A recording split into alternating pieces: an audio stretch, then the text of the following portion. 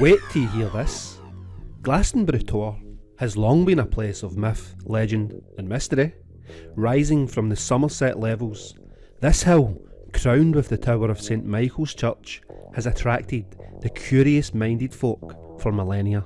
And while many associate it with Arthurian legends, an alternative narrative suggests a far more ancient and cosmic significance.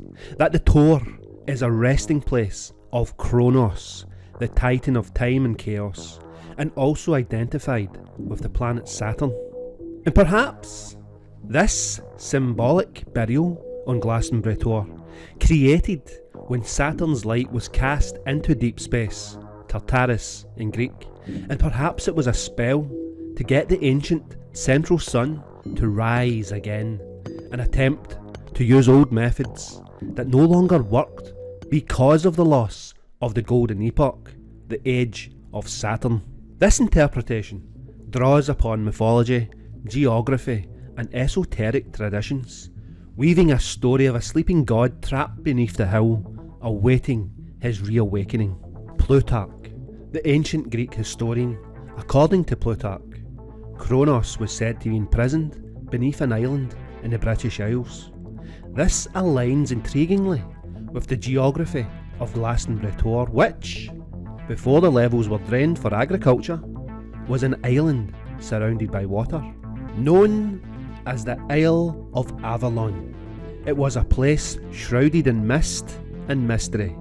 The name Avalon itself suggests connections to the otherworldly, a liminal space between the human and the divine. Could it be that this Isle of Glass hides the resting place of Kronos, the usurped titan? This burial is metaphorically challenged.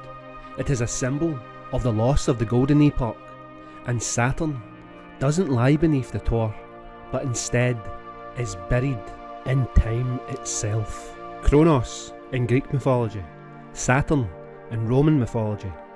The planet Saturn has also been equated with Set, the Egyptian god of chaos and destruction. This connection, it deepens when considering the etymology of Somerset, which can be interpreted as Summer Set. Isn't that astonishing? This linguistic link evokes the Sumerians, among the oldest known civilizations, where Set-like figures appear in mythologies tied to darkness, disorder and the passage of time. And it's connections like these that hint at a shared mythic archetype that transcends cultures, all pointing to the idea of a mighty force restrained beneath the earth. The concept of sleeping gods, demons or spirits trapped and awaiting reawakening. This is a recurring theme in myth and legend. Rituals aimed at summoning or invoking such entities often involve sacrifice, music, dance and ecstatic states. And this may even offer an explanation for the cultural phenomenon of the Glastonbury Festival, held very close to Glastonbury Tor. The festival's centrepiece, the pyramid stage, is laden with symbolic significance. The pyramid, of course, is an ancient shape associated with power, transformation and connection to the divine. This serves as a focal point for music, dance and collective energy. Could it be that this gathering is more than a celebration of art and community? Might it also serve, consciously or unconsciously, as a ritual designed to stir the sleeping titan trapped beneath the Tor? Historical accounts add further intrigue. Aleister Crowley, the infamous occultist, reportedly attempted to raise Satan or Kronos or Set to the Egyptians, and he done this at a smaller Tor in nearby Cornwall. The ritual ended abruptly when one participant died of fright and another was driven mad. Crowley's experiment suggests that tapping into the energy of such a powerful entity is fraught with peril, requiring not only knowledge but immense courage. His failures underscores the potency of the forces said to be imprisoned beneath the earth. Even in Arthurian legend, which often intertwines with the lore of Glastonbury, hints of this deeper narrative emerge. Merlin, the enigmatic wizard, is said to have known the secrets of the dragon. This is a force of immense power that could be awakened. Some interpretations of the dragon align it with the energy of the earth itself, or with entities like Kronos, Set.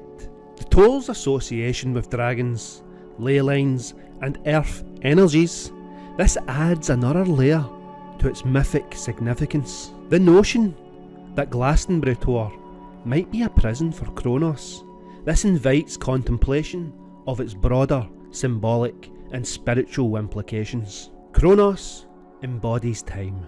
He embodies chaos and the cyclical nature of existence. His slumber beneath the Tor might represent humanity's struggle to maintain order over chaos, to bind time and its destructive power. Yet, myths also suggest that such forces can never be permanently restrained. They are destined to resurface, often with cataclysmic consequences.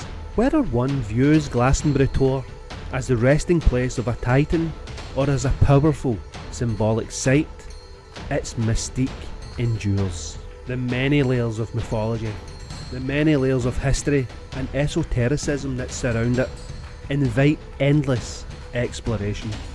Perhaps the real power of the Tor lies not in the possibility of reawakening a slumbered god, but in its ability to awaken our imaginations, connecting us to the deep currents of myth and meaning that flow beneath the surface of our everyday lives. Kronos and Set are distinct deities from their respective cultural pantheons, but there are certain symbolic and thematic parallels that might lead to comparisons. Both deities represent disruption or conflict within a divine or cosmic order.